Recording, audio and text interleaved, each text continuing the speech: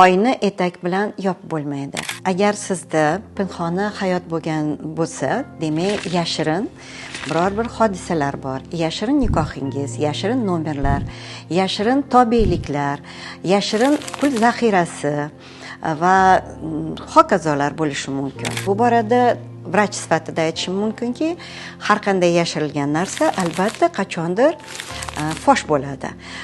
Ya'ni siz o'ylaysiz, buni yashirib ulguribman, o'xshayapti, lekin sizning tanangiz baribir buni fosh beradi.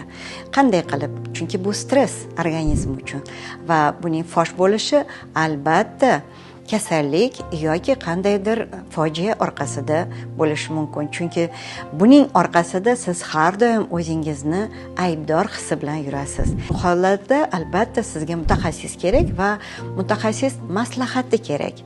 Keling, mening qabulimga yoziling va biz shuni hal qilamiz.